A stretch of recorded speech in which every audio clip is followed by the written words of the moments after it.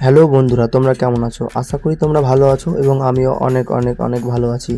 আজকে আমরা নিয়ে চলে আসলাম আবার একটি নতুন ভিডিও নিয়ে।